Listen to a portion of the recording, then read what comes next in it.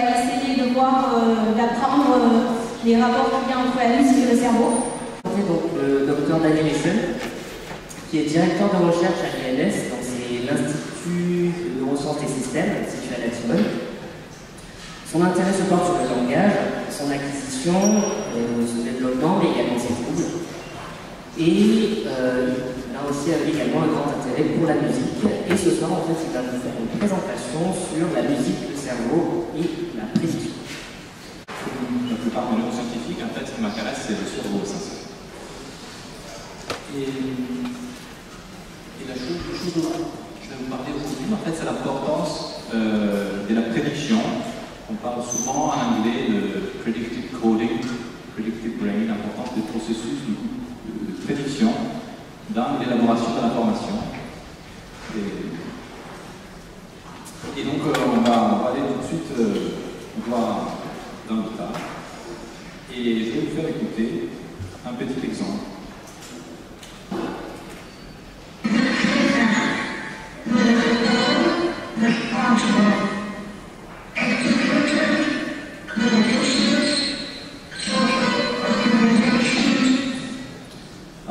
C'est un piano mécanique qui produit ces sons un peu bizarres, qui peuvent paraître un peu une espèce de cauchemar de concert contemporain, auquel vous ne pourriez jamais rester plus longtemps que 2 secondes. Et en fait, ça sonne un peu bizarre. Et je pense que peut-être certains parmi vous ont eu l'impression comme si c'était un piano qui était en train de parler. Combien parmi vous ont eu l'impression que c'était quelqu'un qui parlait? Levez la main. Combien parmi vous ont compris ce que le piano a dit? Levez la main et dites ce qu'il a dit. Oula. Très bien. Et bien, c'est exactement ça. Parce que maintenant, je vais vous faire écouter. Sauf que je vais tricher, c'est-à-dire que je vais construire des a priori. Bon, c'est un anglais, il faut faire un petit effort. Et maintenant, vous savez ce qu'il va dire. Et vous allez entendre exactement la même musique, entre guillemets.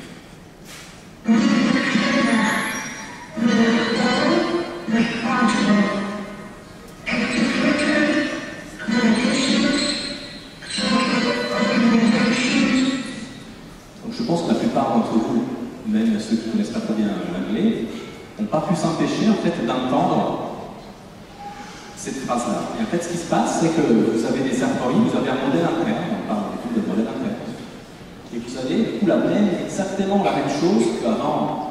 Ça vous avait paru peut-être la musique, peut-être un truc un peu bizarre. Maintenant, c'est une voix qui parle et qui dit des mots que vous pouvez même comprendre. Et c'est un petit peu sans retour, c'est ce qu'on appelle comme phénomène d'hystérésis, c'est-à-dire une fois que vous savez que le piano il dit ça, mais vous ne pouvez plus l'entendre d'une autre manière que celle-ci. Donc ça, c'est l'importance du coup du processus prédictif dans la perception. Vous n'entendez plus les choses telles qu'elles étaient avant, une fois que vous avez des appareils. Et en fait, même moi, ce que je suis en train de dire, vous avez des appareils sur ce que je vais dire. Je vais vous donner un autre exemple.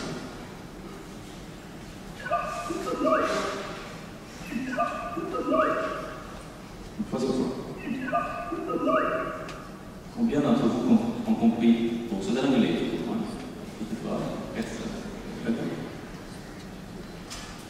Cuts with her knife. She cuts with her knife. She cuts with her knife. Okay. She cuts with her knife. Attention. C'est exactement le stimulus. Et donc pareil, même phénomène d'hystérésis, vous ne pouvez plus l'entendre comme avant.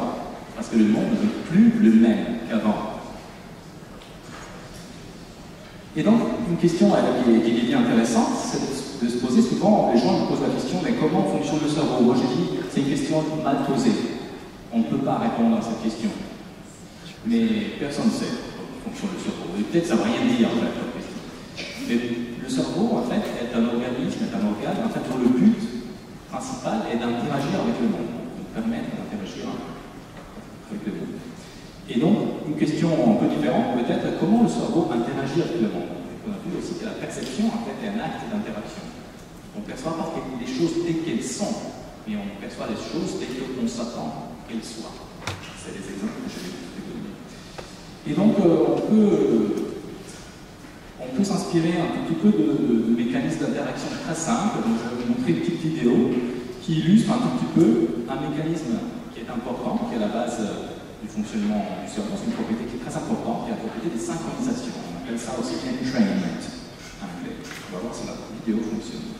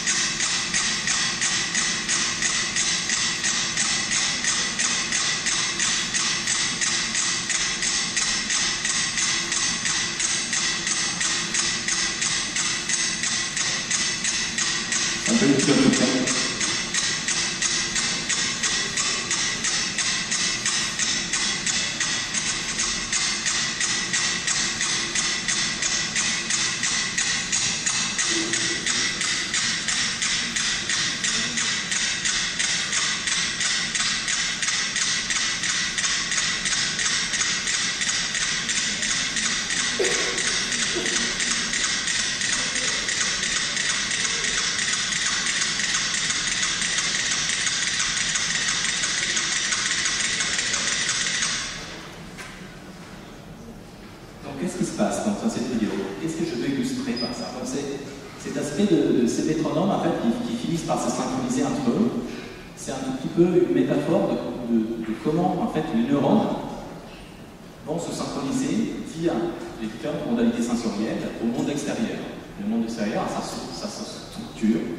Dans le cas du son, par exemple, un son peut avoir une fréquence déterminée. Et donc lorsque vous entendez un son, en fait, vos neurones, au niveau du cortex auditif, vont se synchroniser sur cette fréquence à la même fréquence.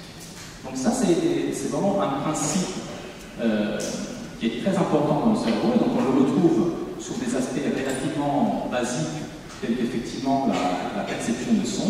Donc un son, ce type-là, va être représenté au niveau de neurones par quelque chose comme ça. Donc ça reste très similaire.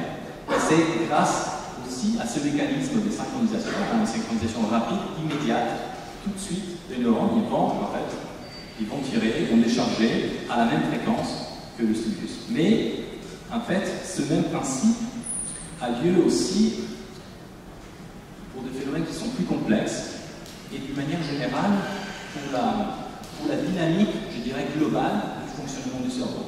Ça veut dire quoi en fait? L'activité cérébrale, vous le savez, la plupart d'entre vous, est une activité complexe.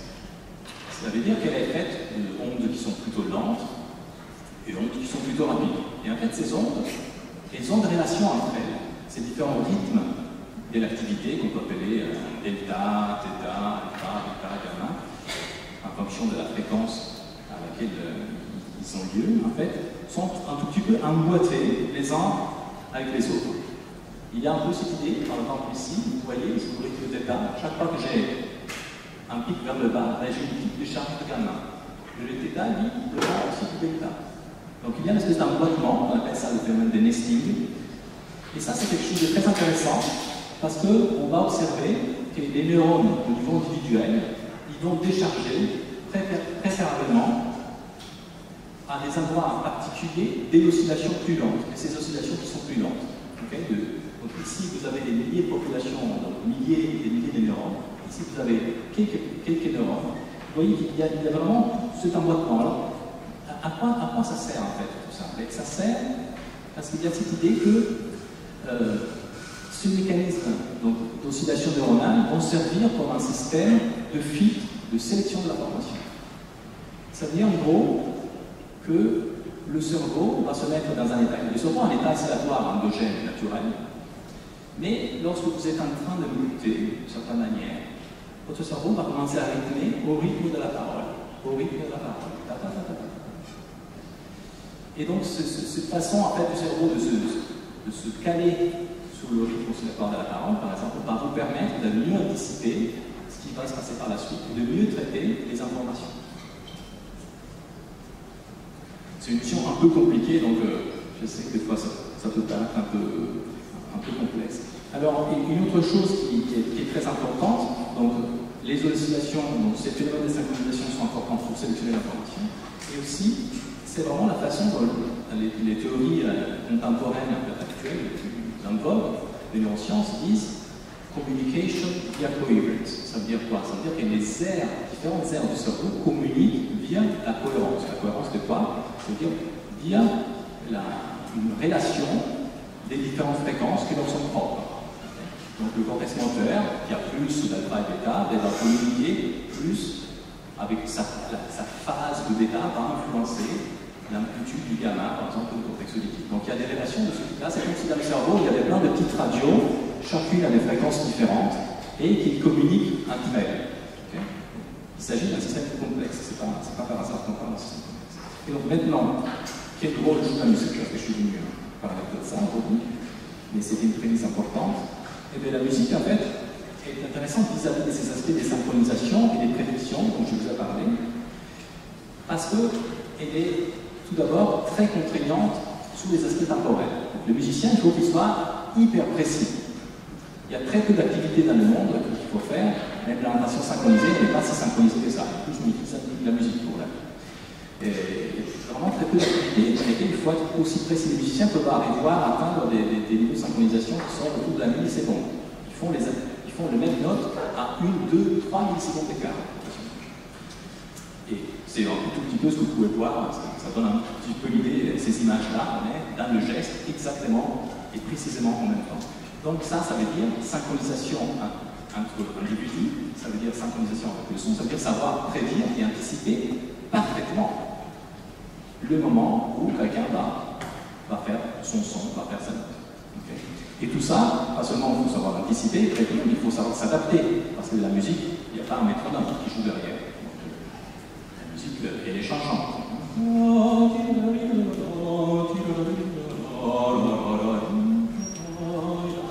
Le pianiste est suivi. S'il place un accord trop tôt, le violoniste dit le pianiste bla, et là, ça gâche toute la beauté de la sonate de Beethoven. Donc ça, c'est très important, donc capacité de synchronisation et d'adaptation extrêmement importante. Ce qui veut dire que derrière, le cerveau, lui, il faut qu'il soit capable de suivre avec une synchronisation à la musique. Et aussi, prédiction au niveau spectral. Alors ça, c'est un peu plus difficile à imaginer, mais l'aspect spectral, c'est plus l'aspect du contenu. Ba et ta, ka ne sont pas la même chose, parce qu'au niveau spectral, il s'agit de sons différents. Et la musique, elle est très contraignante sur la dimension spectrale. Le langage, la parole aussi, c'est contraignant. Mais si vous avez écouté un concert, là j'ai un exemple de musique classique, parce que moi je dis la musique classique, mais ça pourrait être aussi un exemple de n'importe quel autre genre de musique. Ici, vous avez par exemple un violon qui joue comme soliste dans un orchestre, il est accompagné par d'autres violons. Et comment vous allez pouvoir extraire en fait ce son-là parmi plein d'autres violonistes qui jouent à peu près la même chose avec le même tempo. Donc ça, c'est typiquement un des challenges qui est posé par la musique. Il y a aussi l'aspect de verticalité important dans la musique. Alors, au niveau de la parole, en général, on ne parle pas au même temps. Il y a que les politiciens, parlement, qui parlent tous au même temps, et on voit que ça ne marche pas très bien. Et la musique, par contre, on peut faire des notes tous au même temps, et ça peut marcher très bien. Donc là, je vais vous donner un petit exemple. Dans ce petit exemple, c'est Jean-Sébastien Bach. Et vous allez voir, ce qui est assez étonnant, en fait, c'est une fugue. Ça veut dire qu'en fait, c'est le même thème qui va se répéter, et qu'à fur et à mesure qu'il se répète, il y a d'autres voix qui se rajoutent. Et vous allez pouvoir suivre, en fait, la mélodie, parce que vous allez créer, en fait, un modèle interne, en fait, une image de cette mélodie. À la première écoute, elle va être toute seule, et après, elle va se mélanger avec d'autres choses, ça devient de plus en plus compliqué de la suivre, mais vous allez pouvoir le faire, parce que vous avez ce modèle interne, un peu spectral, l'attente spectrale de ce son-là, et c'est quelque chose de très important.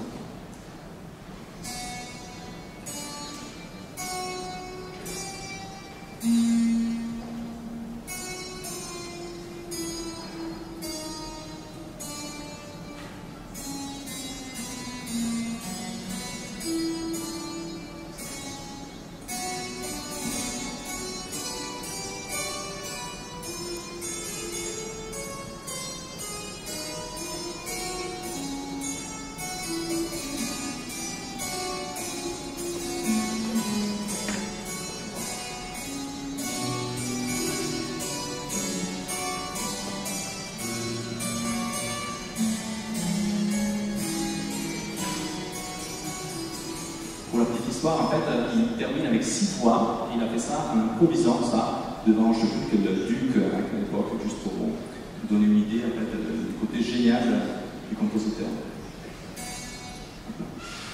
Donc, tout ça pour vous dire que la musique, elle va donc agir sur ses propriétés donc de prédiction temporelle et spectrale, et ces propriétés de synchronisation, qui est une propriété fondamentale du fonctionnement du cerveau et de la façon dont le cerveau peut interagir avec le monde. Et donc à ces moments-là, on peut aller voir est-ce qu'il y a des effets de la pratique de la musique sur ces propriétés de synchronisation. Bien sûr, on va en trouver, sinon je ne serai pas là pour vous en parler. Et là, je ne vais pas vraiment rentrer dans les détails. Et donc, il y a des études qui sont intéressées plutôt à des synchronisations à des très hautes fréquences, c'est-à-dire par exemple la fréquence du son. Donc, je vous ai fait l'exemple tout à l'heure. Ici, en fait, vous avez la fréquence fondamentale d'un mot en chinois. Okay. Ce mot, il fait à peu près ça. Ma. Okay. Vous voyez que ma, en chinois, c'est une langue à ton. La fréquence est importante. Et là, en jaune, vous avez la réponse neuronale d'un groupe de musiciens. Okay. Vous voyez que la réponse neuronale d'un groupe de musiciens, ça c'est des enregistrements au niveau sous-corticaux, on ne va pas rentrer dans le détail de la technique. Mais en tout cas, il y a le codage de la fréquence des sons est très précis, ce qui veut dire qu'en fait le système il se synchronise à la fréquence, et dès que la fréquence commence à baisser, tout de suite le système auditif il va suivre, les neurones vont suivre. Alors, vous voyez que les musiciens, ils ont un peu plus de mal. Ça, il y a beaucoup de bruit, en fait.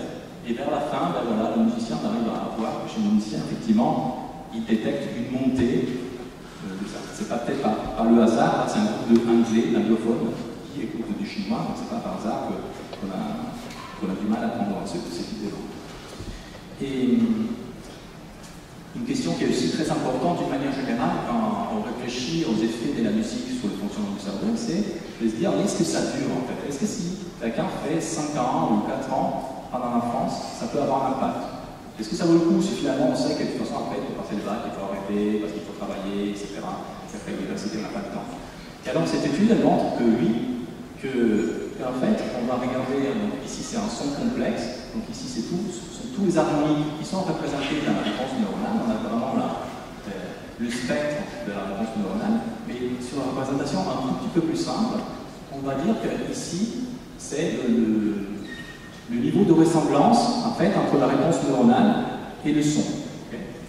Et les personnes qui ont fait peu de musique, ou zéro musique dans l'enfance, ont un niveau de ressemblance relativement faible par rapport à ceux qui ont fait entre 1 et 5 ans de musique.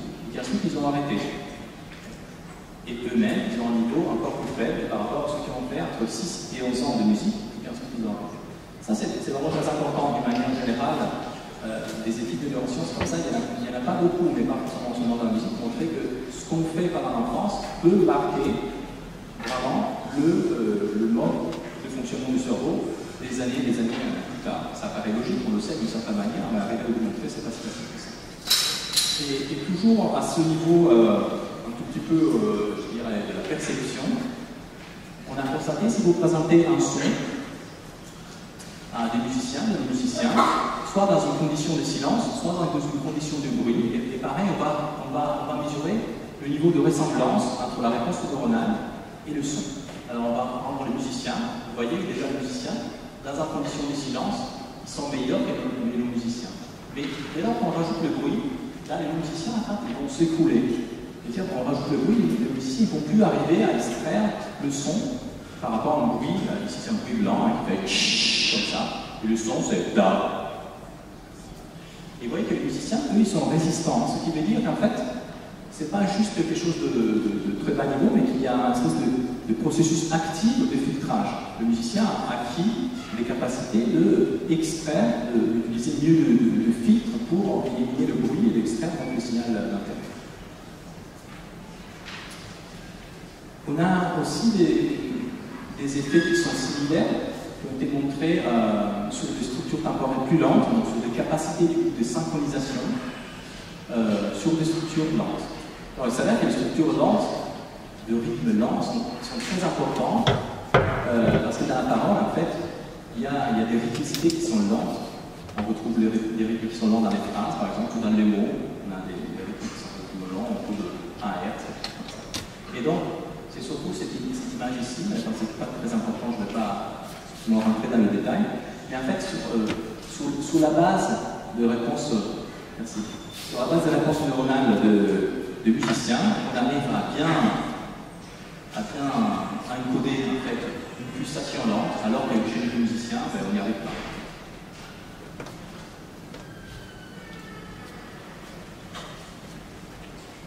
Du coup, un petit point sur d'une manière générale, en fait, les gens souvent disent oui, mais là on se place plutôt du côté neurosciences cognitives, on a un peu moins dans les aspects oscillatoires des synchronisations. Si on se place dans une perspective cognitive, la pratique de la musique, en fait, elle va nécessiter tout un tas de compétences, donc analyse du son, la reconnaissance d'un son, l'analyse de la scène, mapper un son avec l'action, okay, c'est ça. La mise en place de structures temporelles pour maintenir le son. Donc ça, c'est ce que vous êtes en train de faire pour comprendre la parole aussi. Extraire des règles, mémoriser, savoir inventer des nouvelles musiques, les générer, diriger l'attention vers l'instrument, vers l'autre instrument, anticiper, prédire, ça je me permets, sélectionner l'information, on en a parlé aussi. Et bien sûr, interagir pour communiquer lorsqu'on fait de la musique. Alors ce qui est intéressant, c'est que la musique avec tout ça, mais le langage et la musique partagent toutes ces opérations de fonction cognitive. Donc, du coup, on peut aussi imaginer que la pratique de la musique va vraisemblablement avoir un impact sur tous ces niveaux-là qui sont importants aussi pour la perception de la parole. Alors ceci va devenir particulièrement intéressant en fait lorsque on est dans des situations de déficit, okay, de troubles du langage. C'est sûr que dans le cas où il n'y a pas de problème d'apprentissage du langage, il n'y a pas vraiment de raison de... J'invite à améliorer mon français, donc moi, je peux le dire, je suis italien, mais j'ai envie d'améliorer mon italien, mais je parle très bien italien, je parle besoin d'améliorer. Et par contre, lorsqu'on est dans une situation de trouble du langage, là, on peut imaginer que la pratique de la musique puisse être une piste intéressante. Et ceci se base aussi sur un certain nombre de découvertes de neurosciences, par exemple celle-ci, qui montre que l'aire de Broca, en fait, dans notre le cortex frontal inférieur gauche, est impliqué pas seulement dans le traitement de la syntaxe de la parole, mais aussi dans le traitement de la syntaxe musicale, qu'on appelle ça l'harmonie. Mais ce n'est pas parce qu'on a deux labels différents qu'il s'agit de choses différentes. Okay. Donc le CTR, du coup, il fait vraisemblablement à peu près les mêmes choses pour le langage et pour la musique. Ça veut dire quoi? La syntaxe, ça veut dire savoir combiner des mots ensemble en prenant en compte un certain nombre de règles. Okay. C'est exactement ce qu'on fait quand on parle je vais bien et pas je vais bien. Et dans la musique, il y a aussi des règles harmoniques qu'il faut respecter.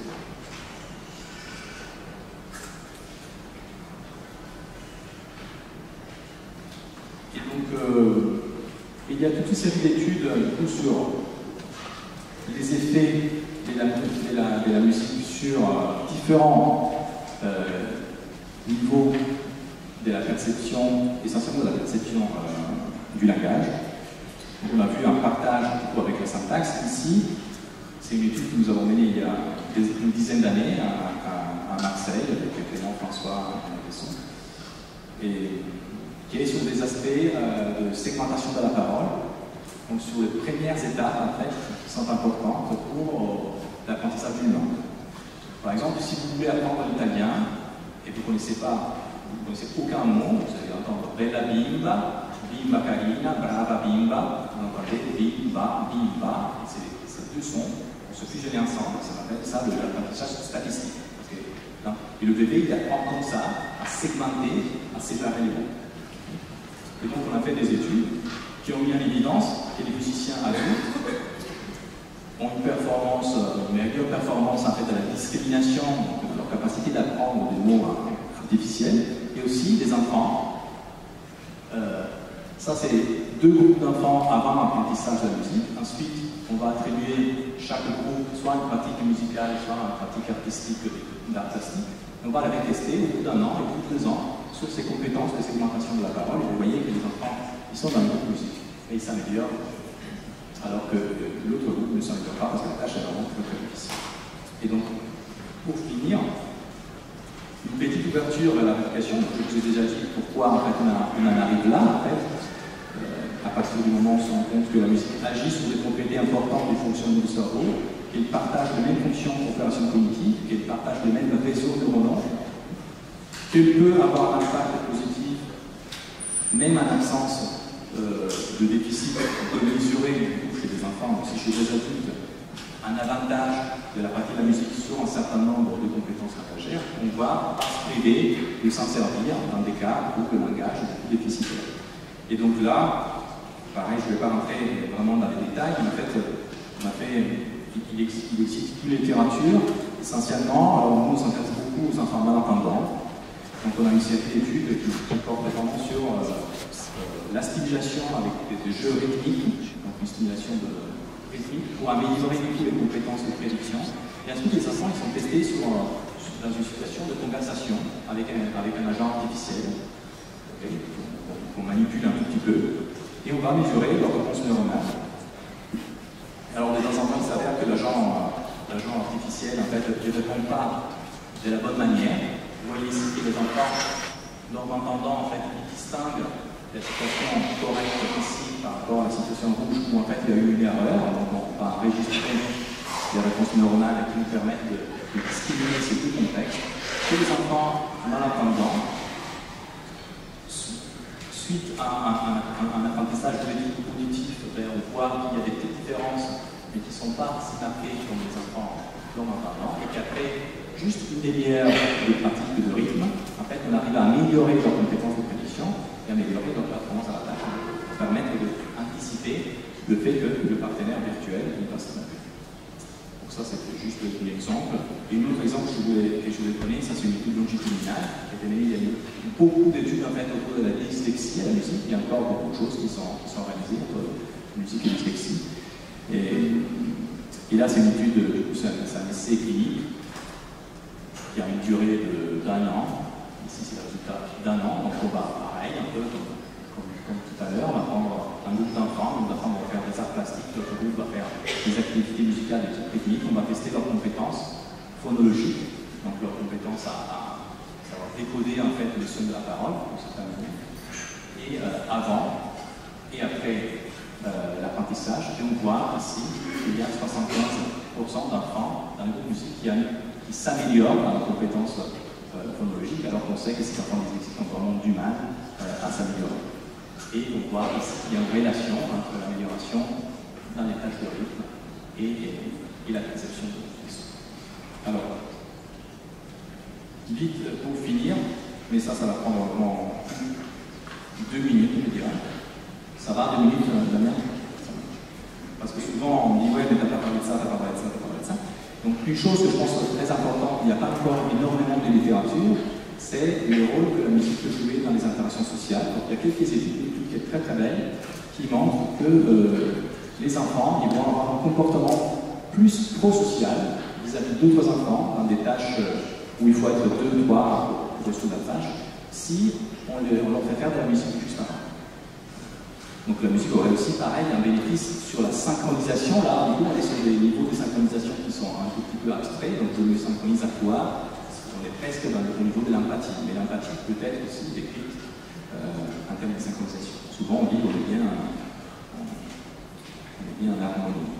Et un autre aspect qui est très important, que je ne vais pas toucher, c'est l'aspect qui est lié aux émotions, qui est très important aussi par rapport à l'apprentissage, je pense, pour tous ceux qui s'intéressent aussi à des aspects d'apprentissage. Et donc on sait désormais que le goût de la musique est un véhicule, un vecteur très très puissant d'un point de vue émotionnel. Ça a une charge émotionnelle qui est très très forte et ça touche le même circuit dopaminergique qui est pris par la cocaïne, par le sexe, par la drogue. Ça peut donner des formes de dépendance, donc par le jeu. Donc il y a toutes des études qui montrent le rôle que la musique peut jouer dans ces circuits en fait, de récompense et le circuit émotionnel aussi, donc familial. Et le dernier point, pour révéler une question qu'on a souvent, est-ce qu'il y a un don pour la musique? Donc ça c'est vraiment important en fait comme message. Moi je dirais non, mais oui. Donc c'est ma réponse. Elle n'est pas très satisfaisante, mais non, c'est important parce que tout le monde est musical.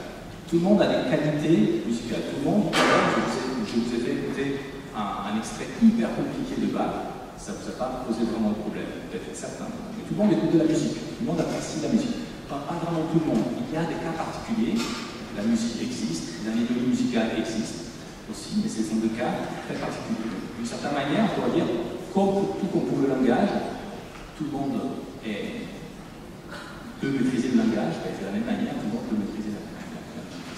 Mais il n'y a pas que de Goethe dans le monde, de la même manière, il n'y aura pas que de Mozart. Donc effectivement, là aussi, on va avoir des personnes qui ont plus de talent. Il ne faut pas prendre ces exemples-là comme la règle. Il ne faut pas dire, ah oui, mais moi, je n'arriverai jamais, bien sûr. Moi non plus, je n'arriverai pas à écrire des symphonies de Mozart, ça n'empêche que je peux avoir des qualités musicales, être capable d'apprécier la musique, normalement de savoir jouer. Et voilà, c'est tout ce que je voulais vous raconter pour aujourd'hui. Je vous remercie beaucoup pour votre attention.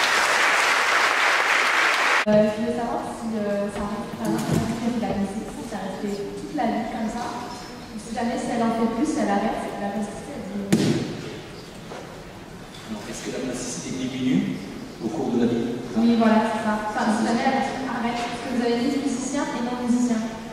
Si jamais le musicien il arrête avec le faire de la musique, est-ce que sa capacité, elle a diminué justement? Il y avait un exemple que j'ai montré pour la perception de son. Il montrait qu'effectivement, si on a fait de la musique pendant l'enfance et qu'après on arrête, même entre 1 an et 5 ans sur les pratiques de la musique, on va retrouver une trace de cette pratique dans la façon dont le cerveau traite l'information d'équipe. Donc ça c'est un point important. En fait, il y a plusieurs niveaux de réponse. On sait qu'il y a des périodes, on appelle ça des périodes critiques. Donc certaines choses, on ne peut pas les apprendre après un certain âge. Donc ça, c'est vrai aussi. Donc ça, c'est un lien avec la plasticité. Par exemple, l'accent dans une langue maternelle. Si vous voulez apprendre une langue maternelle, vous voyez, moi, ça fait 20 ans que je suis en France. J'ai quand même encore un petit accent. On peut certainement accent. Je vais l'apprendre. Je ne suis pas né en France encore. Je ne suis pas le pire des Italiens, je crois. Mais si j'avais dû apprendre le chinois, ça aurait été bien pire. Donc il y a des choses, il y a des périodes critiques. Et c'est vrai que souvent, quand on pense à la musique, la pratique de la musique, elle a lieu pendant l'enfance, donc dans une période où, du coup, le cerveau est particulièrement bien plastique. Il y a un aspect aussi de ce type-là. Ensuite, moi je dirais qu'il y a un certain nombre de choses, si un musicien arrête un jour complètement de faire la musique, il y a un certain nombre de choses qui vont rester, c'est de revenir, et ça va revenir beaucoup plus vite. Et en fait, je dirais que toutes les opérations qui sont communes avec les autres choses, que je fais avec le langage, par exemple, ses compétences, anticipation, de prédiction, de syntaxe, d'extraction de son, et ça, de toute façon, va être travaillé par ailleurs. Mais les aspects plus spécifiques, par exemple l'instrument, la motricité fine, par exemple, c'est là, c'est dégradé et de manière plus. Si moi j'arrête de jouer du violoncelle pendant 30 ans, et ça va toujours de reprendre.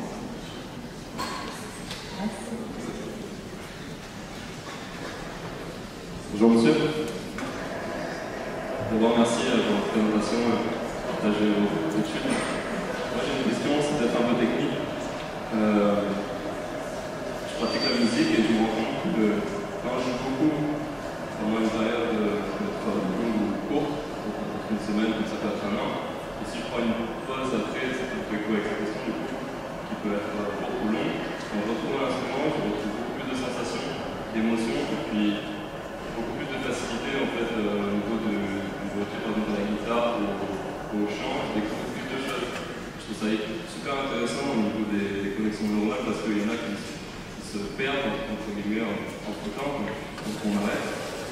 Mais comme si ça donnait un renouveau au niveau de la possibilité de créer de la connexion. On fait ça. C'est quelque chose qui est connu par tous les musiciens, effectivement, ça va un peu à la rencontre de ce qu'on pourrait imaginer, on s'arrête et en fait on a plus de sensations. Et en fait ce qu'on va perdre aussi, c'est qu'on va perdre un certain nombre de défauts qu'on peut avoir aussi dans le jeu d'un instrument. Et ça c'est quelque chose qui est aussi, je pense, réduire des tensions musculaires, par exemple, pour le musicien. On va perdre toutes les tensions musculaires qu'on peut avoir, tous les trucs qu'il ne faudrait pas faire à la guitare ou au violoncelle, on s'arrête là. C'est au bout d'un moment qu'on retrouve l'instrument, on retrouve ces sensations. Après, par rapport à l'aspect plus émotionnel, je dirais que c'est la même chose. Des fois, parce que le musicien, vraiment, et la musique aussi marche aussi parce qu'il y a un aspect de répétition. On répète. C'est pour ça que c'est très bien pour les enfants pour apprendre les choses. Mais en même temps, d'un point de vue émotionnel, si on regarde 20 fois de suite le même film, même le film préféré, ou 20 fois, on se dit bon, ça va, là, ce soir, je ne vais pas le regarder, là, je change, je regarde un autre film. Et le musicien, lui, il ne va pas faire ça. Il va tout le jour répéter le même truc. Du coup, même chose. Si pendant un mois on arrête, on retrouve ça. Mon professeur me disait de travailler tout un morceau, après tu fais une semaine de pause et tu fais ton concert. Pour effectivement être un peu sur la vague émotionnelle. Donc, ouais, il me semble l'épuisement un peu des réseaux de neurones qui sont responsables. Peut-être, oui.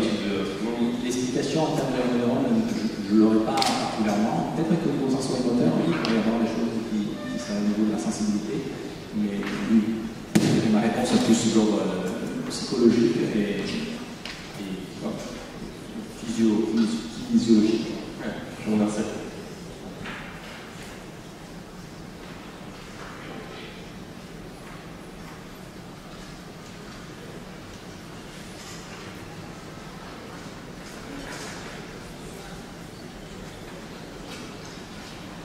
Bonjour. Je voulais savoir comment on peut expliquer le fait que parfois on soit plus réceptif entre guillemets, à la musique au niveau des émotions que d'autres. Par exemple, je sais pas, le soir, j'ai l'impression d'être plus réceptif au niveau émotionnel à la musique que la journée ou un truc comme ça. C'est une question difficile. Je n'ai pas vraiment la réponse à votre question. Est-ce qu'il y a une relation entre presque le rythme circadien et la réception à la musique? Il y a des études qui montrent une réception, un lien entre la réception à la musique et l'alcool.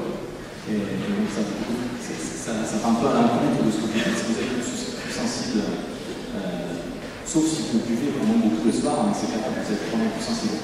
Après, ça, je ne saurais pas vous dire. Comme je disais tout à l'heure, il y a des études sur la sensibilité à la musique. Il y en a. On parle de personnes en fait, qui sont plus ou moins sensibles émotionnellement à la musique. On parle d'anédonie musicale. C'est-à-dire des gens qui n'ont pas de troubles neurologiques ni auditifs. En fait, ils comprennent la musique, ils entendent bien, ils peuvent chanter la musique, donc une parfaite compréhension, mais ça leur donne aucune émotion. Et en fait, il y a des études qui montrent qu'il y a une espèce de déficit au niveau de la connexion, de la connectivité entre les aires auditives et le système limbique, d'une manière particulière l'amygdale. Donc ça fait des catégories d'individus, ça existe, les individus musicaux. Donc, mais ça ne répond pas à vos questions pour lesquelles je n'aurais probablement pas de réponse. Merci beaucoup. Je vous en prie.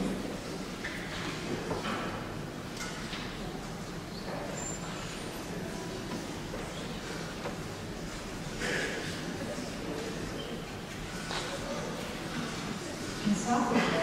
Merci pour votre intervention. J'avais une question par rapport à l'oreille absolue. Par rapport à l'oreille absolue. Je voulais savoir s'il y avait des sortes de prérequis ou est-ce que tu peux expliquer un petit peu si ça vient naturellement en fait, de la naissance ou est-ce que c'est quelque chose qui peut se développer ou voilà, comment est-ce que tu peux expliquer en fait ce phénomène Alors, le débat sur l'oreille absolue a été un débat qui a fait rage pendant un certain temps. Maintenant, ça peut retomber. Il y a eu plein de théories, plein d'explications différentes, et surtout beaucoup d'explications génétiques à un moment donné, qui étaient reliées essentiellement au fait qu'il y avait des pays où il y avait plus de gens qui avaient l'oreille absolue, typiquement au Japon. Ensuite, il y a eu des publications qui ont montré qui ont fait remarquer que quand même au Japon, on commençait la musique beaucoup plus tôt que dans d'autres pays. C'est vrai, il y a même des méthodes d'enseignement de la musique précoce, des méthodes Suzuki, qui sont développées pour enseigner la musique aux enfants de 2-3 ans. Et que du coup, il y avait un biais avec la période critique. On peut considérer qu'au final, s'il faut une synesthésie, il y a des chercheurs qui pensent que le bébé aurait l'oreille absolue en fait, à la naissance. Tout le monde aurait l'oreille absolue. Et qu'ensuite, c'est pas pratique d'avoir l'oreille absolue. Sauf pour les musiciens, je dirais presque. C'est en fait même pas pour les musiciens. C'est pas pratique pour les musiciens non plus. Sauf pour les amants de formation musicale. Pour ceux qui l'ont fait, ils comprennent pourquoi. Et pour les autres, c'est vraiment pas pratique. Si on a un instrument, si on dit aujourd'hui il faut jouer à 440, mais il fait trop chaud, il faut jouer à 445, il y a des gens qui ont l'oreille absolue, c'est donc si vous jouez à 430, c'est la catastrophe. Et donc l'oreille, la musique est quelque chose qui est à l'essence relative. Mais c'est vrai que le bébé, apparemment, il considère que joyeux anniversaire et joyeux anniversaire, ce sont deux chansons différentes pour le bébé à la naissance. Alors que pour vous tous, ça fait toujours la la la la la, et que je commence sur une note la la la la la la la la la la, je peux monter tous les demi-tons si vous voulez, mais c'est toujours la même chose. On est bien d'accord. Donc ça, c'est pour ça que la musique est relative à l'essence. Et voilà. Après, pour en finir, c'est compliqué, c'est encore ouvert. Il semble qu'il y ait des asymétries au niveau du plan temporal, qui est le cortex associatif, qui soit plus marqué chez les personnes qui ont l'oreille absolue par rapport aux personnes qui n'ont pas l'oreille absolue. Est-ce que c'est plutôt. Il y a vraisemblablement dans toutes ces histoires-là, moi je dirais que c'est toujours un peu tout. Il y a le côté un peu génétique, donc des familles où vraisemblablement c'est plus facile que les personnes de l'oreille absolue. Il y a le côté pratique de la musique qui semble jouer un rôle important parce qu'elle ne doit pas l'oreille absolue sur pas l'instrument. Il y a certains instruments aussi, donc certains types de mouvements qui vont tous peut-être faire appel. Voilà, c'est un peu une forme particulière de synesthésie, mais en tout cas le débat reste la plupart du temps en science, et heureusement ouvert. D'accord, je vous remercie. J'ai une question par rapport justement à la corrélation parfois entre certains instruments. Est-ce qu'il y a une plus grande facilité à jouer un instrument différent parce qu'on en joue déjà un auparavant? Ou est-ce que comment fonctionne le cerveau en fait? Parce que je lui apparais comme le mouvement par exemple au maximum du piano et du violon, et j'ai essayé la guitare, je n'aime pas du tout. Est-ce que le cerveau justement a comment est-ce qu'on peut expliquer ça? Alors, comme j'ai dit, je ne sais pas comment fonctionne le cerveau, et ça je ne le sais pas. Et aucun neuroscientifique ne le sait. Si quelqu'un vous dit qu'il sait comment fonctionne le cerveau, il ne faut pas le comprendre. La même chose. Pour répondre plus sérieusement à votre question, ce qui se passe en fait, on a déjà appris un instrument, on a déjà la musique en fait, l'instrument, comme je disais un peu tout à l'heure, c'est un peu la publicité fine. C'est la fin, c'est la sortie.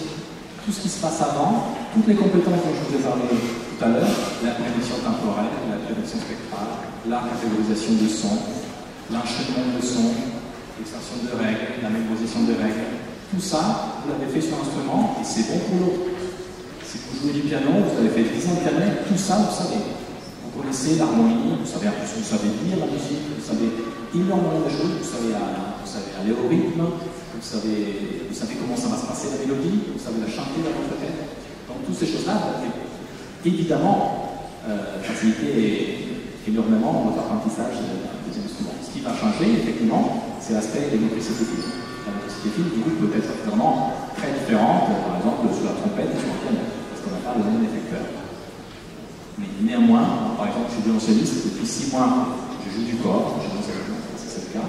Et c'est vrai que pendant 6 mois, je fais récemment ce que quelqu'un d'autre peut-être fait en 3 ans, parce que j'ai déjà les compétences. Je vais vite m'arrêter. On va prendre la dernière question. Bonjour. Moi j'avais une question par rapport au style de musique. Est-ce qu'on va développer des capacités cognitives différentes en fonction du style de musique qu'on va écouter? C'est une bonne question. Donc, si vous êtes dans des extraits musicaux, je dirais peut-être que oui. Par exemple, si vous écoutez seulement du chant grégorien, vous connaissez le chant grégorien?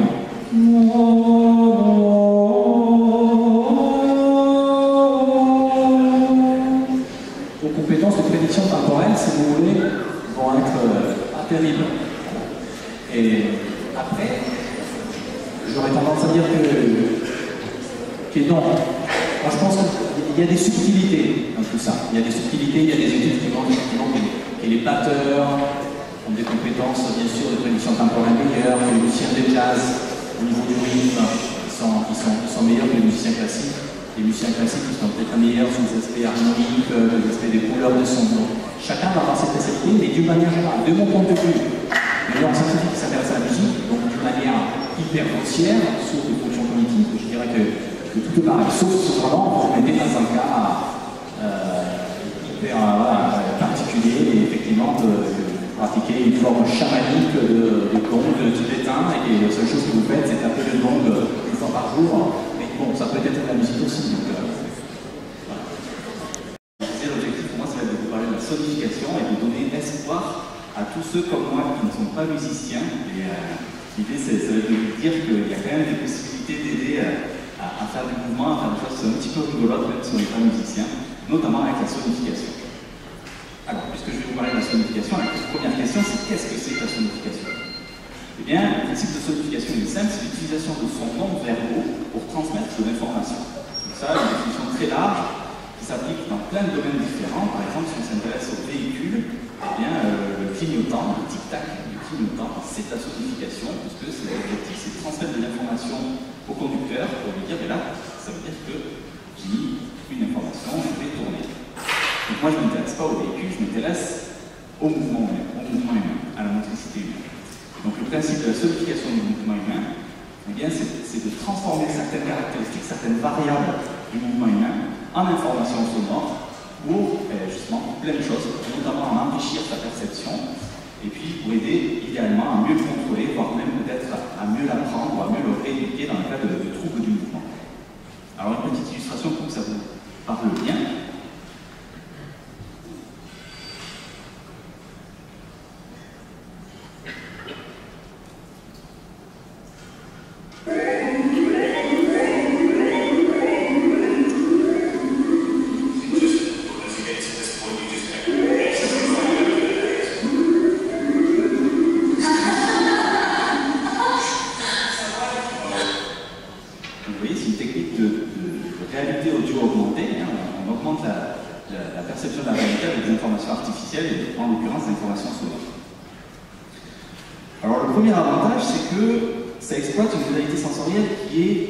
Considéré comme disponible quand on fait du contrôle moteur, de la motricité. C'est-à-dire que quand je bouge mon bras là, ben, j'entends pas de bruit, ça fait pas de bruit. Alors effectivement, j'ai eu un topo sur la musique, et effectivement, la musique et la parole sont des grandes exceptions où nos mouvements font du bruit, et on va voir justement l'intérêt d'utiliser tous les travaux qui sont dans ce domaine-là pour essayer de créer de la sonification qui peut être très très pertinente.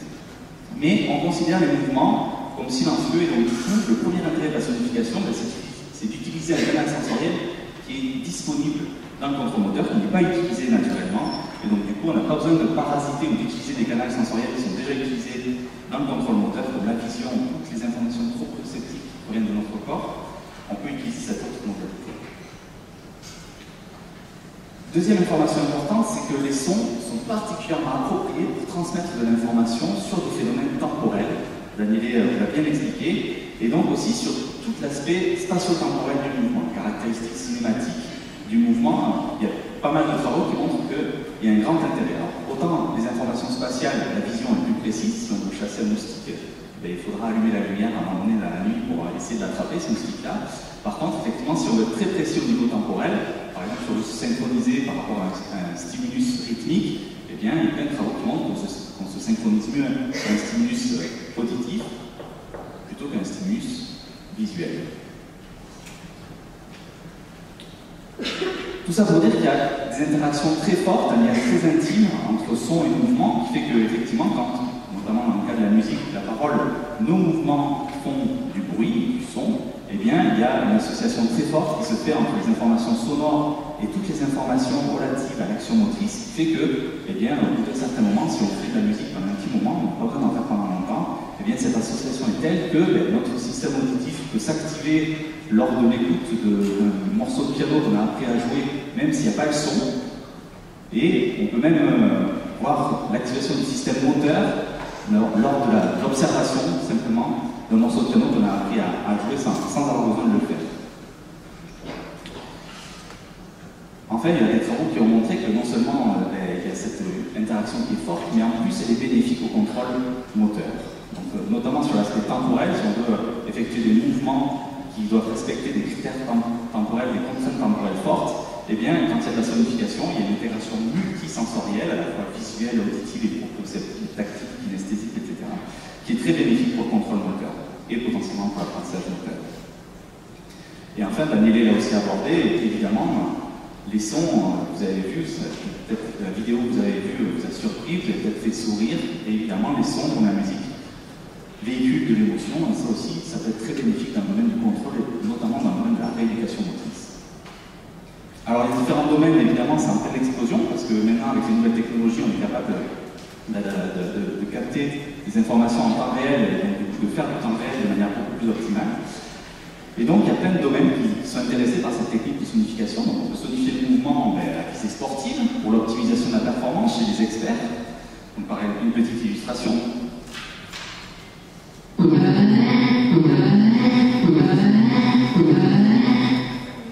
voilà, donc si on veut apprendre à nager, par exemple, eh bien, il faut savoir qu'il faut désynchroniser les mouvements des bras avec les mouvements des jambes pour ne pas faire tout en même temps.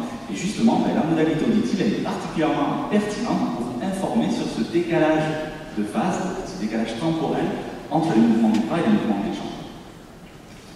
Deuxième domaine qui est très intéressé par la technique de la sonification des mouvements, c'est le domaine du ludique, de l'artistique, notamment le domaine des jeux vidéo.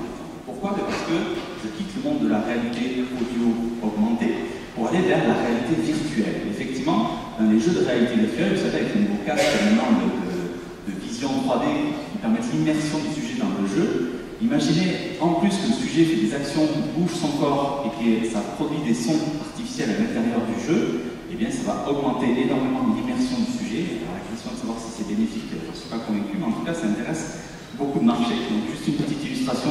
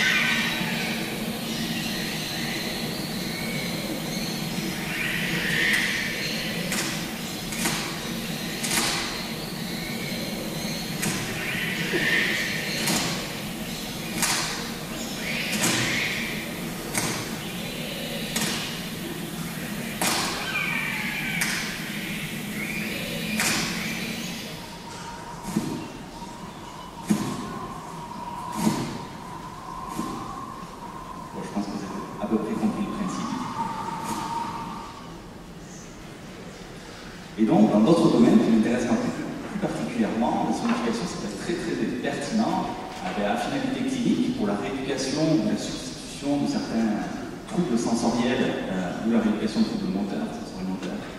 Et aussi dans le domaine éducatif, puisqu'effectivement, moi je m'intéresse à un mouvement particulier qui est le mouvement d'écriture manuscrite. Et donc maintenant, je rentre dans mon domaine de prédilection, parce que moi je viens du monde de l'écriture, je travaille principalement sur l'écriture. Et donc, la question de la sonification de l'écriture, eh bien, on considère l'écriture comme une activité silencieuse, même si vous allez voir, c'est pas tout à fait le cas. Mais en la considérant comme silencieuse, eh bien, il faut répondre à deux questions qui sont qu'est-ce qu'on va sonifier comme variable liée au mouvement de l'écriture pour que ce soit pertinent. Et puis ensuite, une fois qu'on a choisi ces variables-là, quels paramètres acoustiques on va associer à ces variables-là pour permettre justement d'améliorer, d'optimiser le contrôle moteur de l'apprentissage.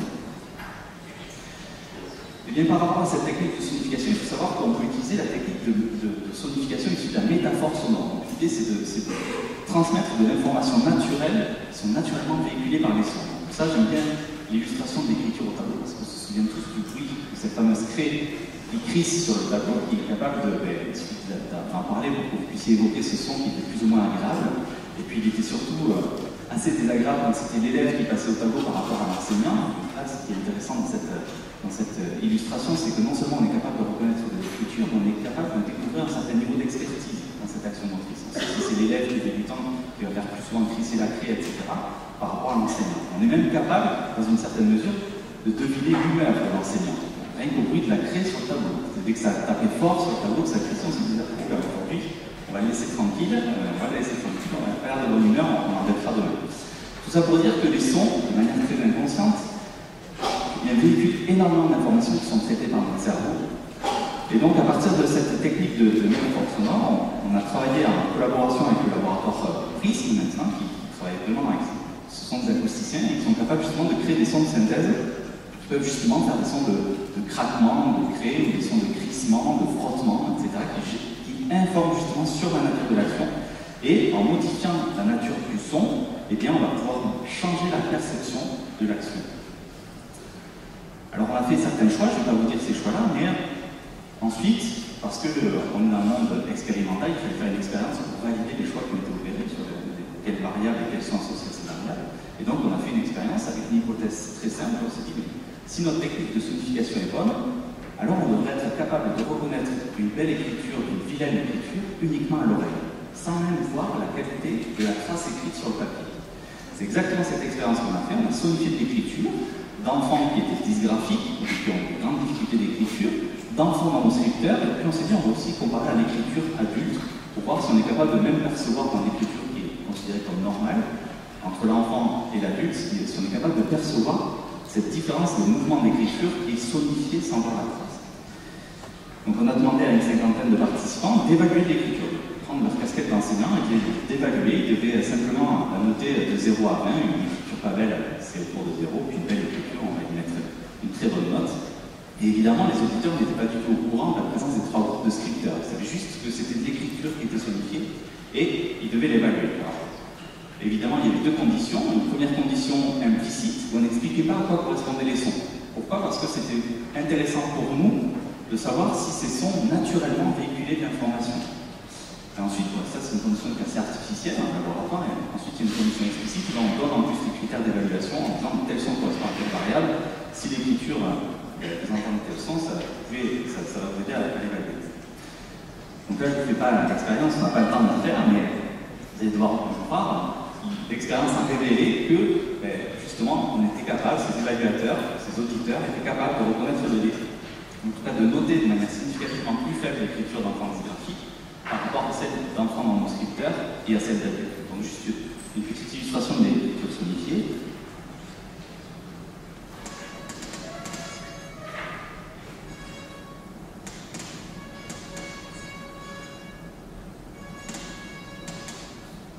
Donc là, tous les sons que vous avez entendus sont des sons qui ont été volontairement choisis. Alors vous entendez ces fameux sons de craquement là, qui correspondent au vinyle, qui pourrait craquer et qui informent de manière naturelle justement sur le fait que le mouvement n'est pas fluide, parce que le son n'est pas fluide, il y a des sons discrets qui apparaissent, donc il y a comme une discrétisation du geste ou une perte de fluidité du mouvement.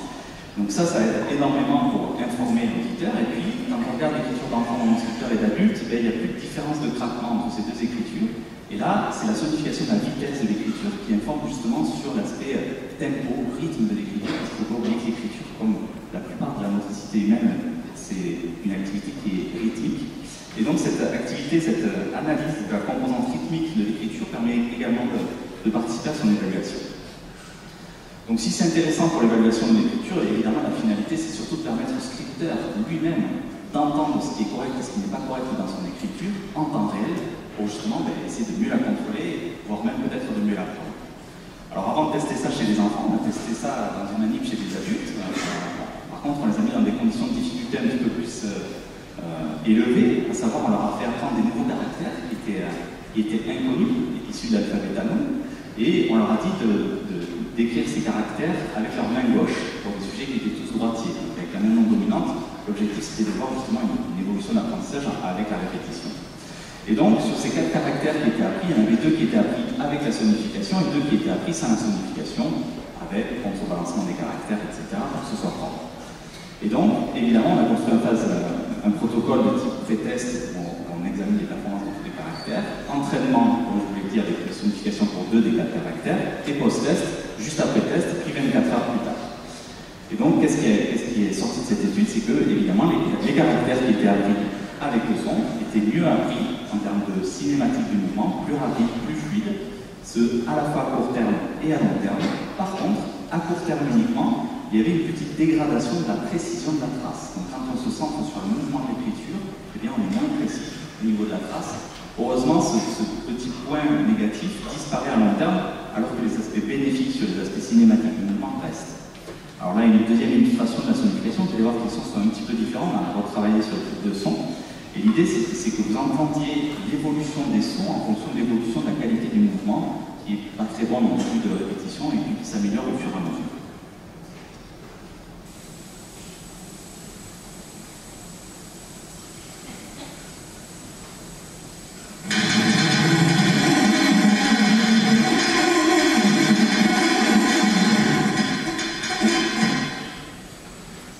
C'est pas très agréable, ça.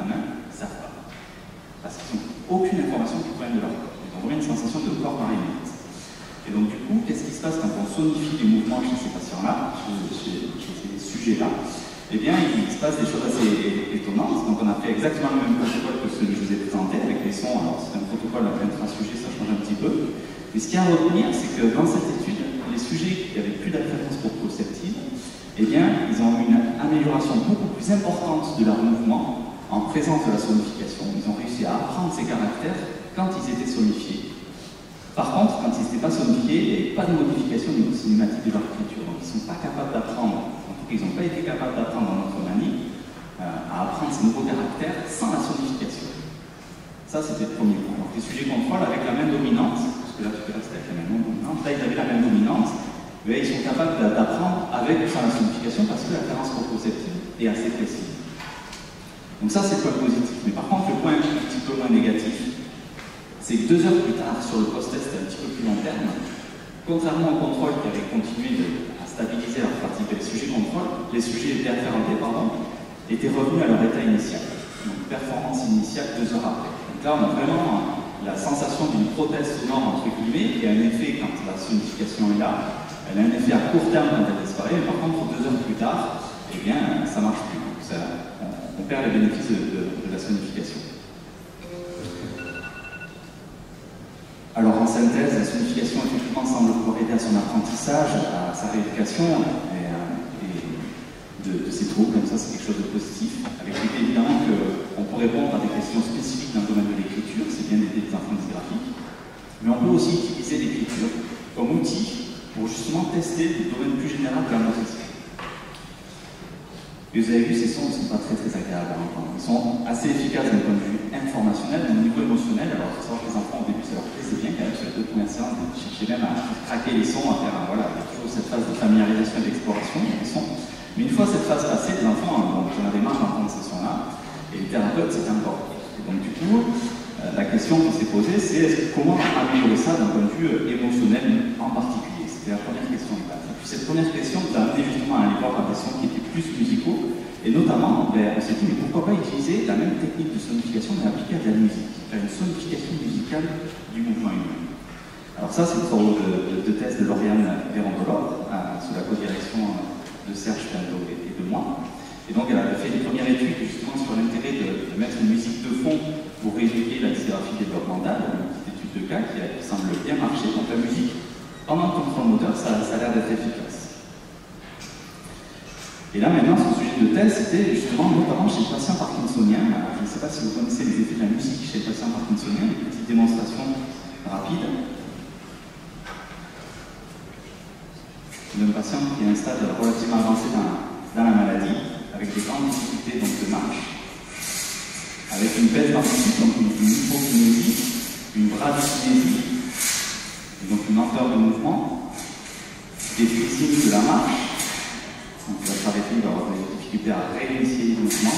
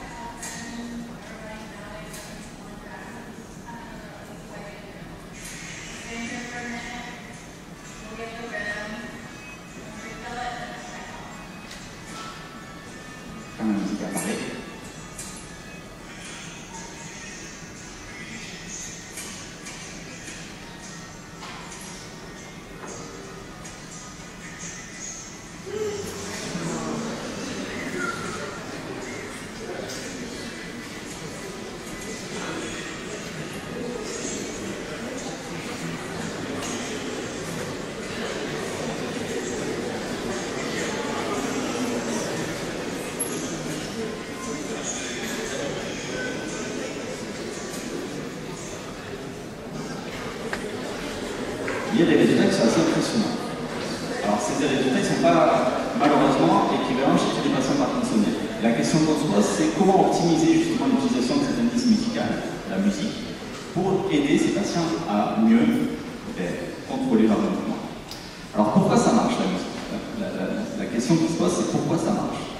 Alors, pour dire les choses simplement, la maladie de Parkinson, elle affecte une structure spécifique dans le cerveau qui est au niveau sous-cortical, dans les ganglions de la base.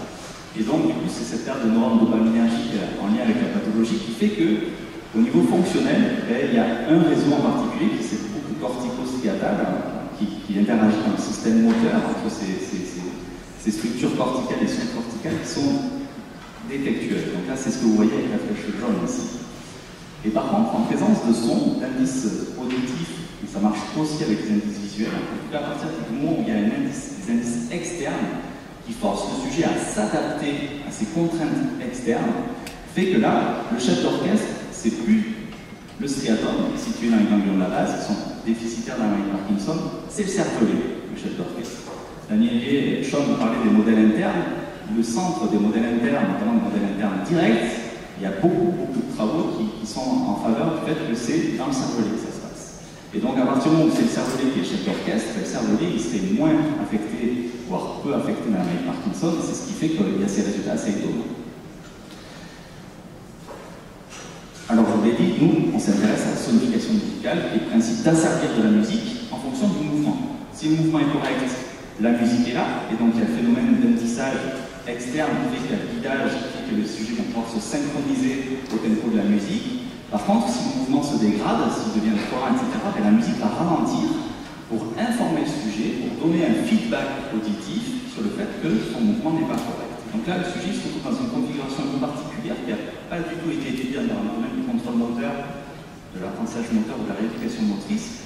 C'est l'utilisation de cet indissage hybride, à la fois avec un feedback auditif pour dire c'est bien ce que tu es en train de faire, c'est pas bien, et un guidage auditif avec un tempo qui correspond au tempo de la musique sur lequel synchroniser son geste. Alors à quoi ça correspond? Une petite illustration.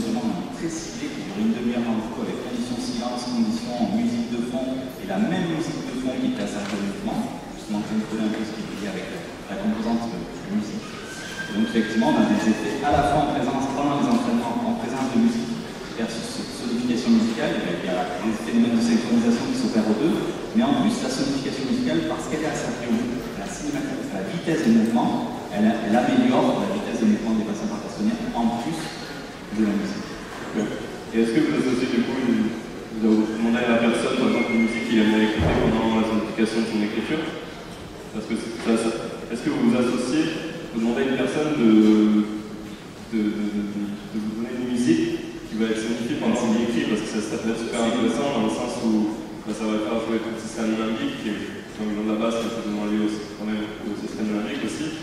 Donc ça va rajouter une... Oui, bien sûr. Effectivement, l'aspect émotionnel dans cette étude chez les patients, on ne l'a pas pris en compte, même si dans le papier on en parlait beaucoup, parce que c'est exactement tout à fait. Mais on a pris la même musique pour tous les patients, justement, qui était la musique que vous avez entendue, qui était identique pour tous les patients, justement pour voir si il y avait des effets qui étaient comparables d'un patient à l'autre. Donc effectivement, l'idée de choisir, que les patients puissent choisir eux-mêmes leur propre musique pour voir si en plus il y a un effet qui est augmenté avec leur propre musique qu'ils aiment en particulier. On peut imaginer que s'ils aiment leur musique, ils vont avoir encore plus tendance à essayer de faire en sorte de l'entendre sans qu'elle soit dégradée. Donc on peut imaginer que ça aura un effet très important. Juste pour préciser, dans l'étude par contre qu'on a faite, l'étude de cas chez l'enfant qui est en grande difficulté d'écriture avec la musique de fond, là c'était différent, c'était une étude de cas et c'est l'enfant qui venait avec sa propre playlist de musique. Justement parce qu'on prend en compte aussi cette variable-là qui est extrêmement importante et souvent dans la littérature encore un petit peu sous-estimée. On y vient de plus en plus sur l'émotion, le rôle de l'émotion dans le contrôle moteur, mais il y a encore pas mal de choses à faire. Merci. Très belle étude. Y a-t-il d'autres questions? Bonjour, est-ce que vous avez été de comprendre le mécanisme qu'il y a derrière ces changements de comportement? Ça aurait été aussi intéressant. C'est une des questions d'après, alors si je réponds, comment je fais si je peux pas répondre maintenant, si c'est triché par rapport à l'examen d'après, parce qu'un examen c'est le petit test, donc du coup on attend le test et puis je réponds après à cette question, si c'est possible. D'accord, je me en touche, je répondrai après. Et pour le nombre de participants de chaque étude, vous l'avez, parce que parfois c'était pas spécifié, vous pouvez le spécifier.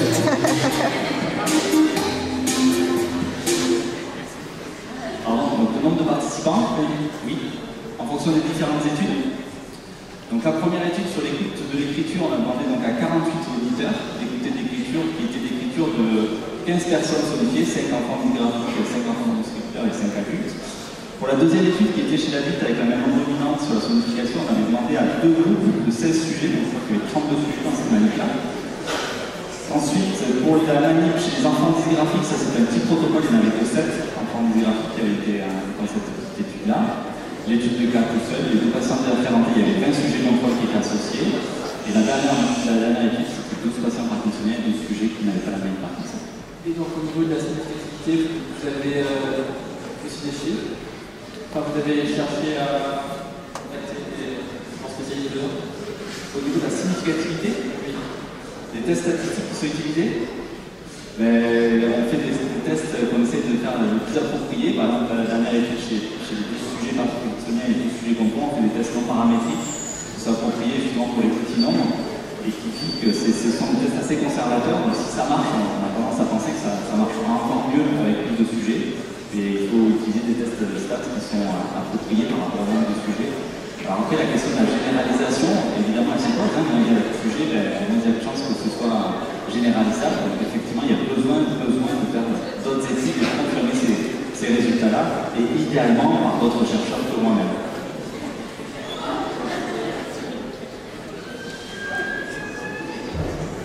Quelqu'un d'autre pour la dernière question?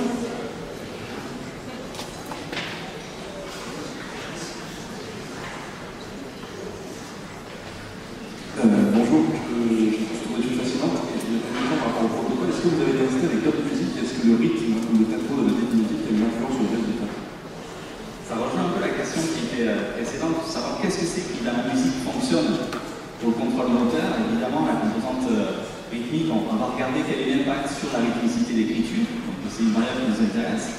Après, la composante mélodique, souvent on associe la composante mélodique de la musique plutôt justement au système limbique et au système émotionnel de la musique. Donc savoir si une musique triste, par exemple, ou une musique plutôt gaie peut avoir un effet aussi. Alors il y a des travaux qui montrent une relation très étroite entre la rythmicité de la musique et puis la sensation de plaisir associée à cette musique-là.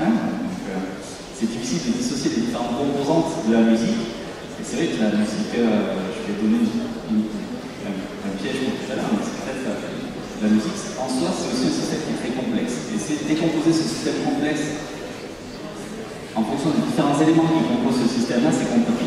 Mais vous avez fait l'expérience avec par exemple une sonate d'expérience ou un truc comme ça? Non, par contre, il y a beaucoup de travaux de la maladie de Parkinson, notamment sur la marche, de la maladie de Parkinson, qui utilisent des stimulus auditifs rythmiques. Donc eux, ils suppriment la composante mélodique pour voir uniquement le tempo, ce que ça fait. Et effectivement, c'est en premier lieu le tempo qui marche.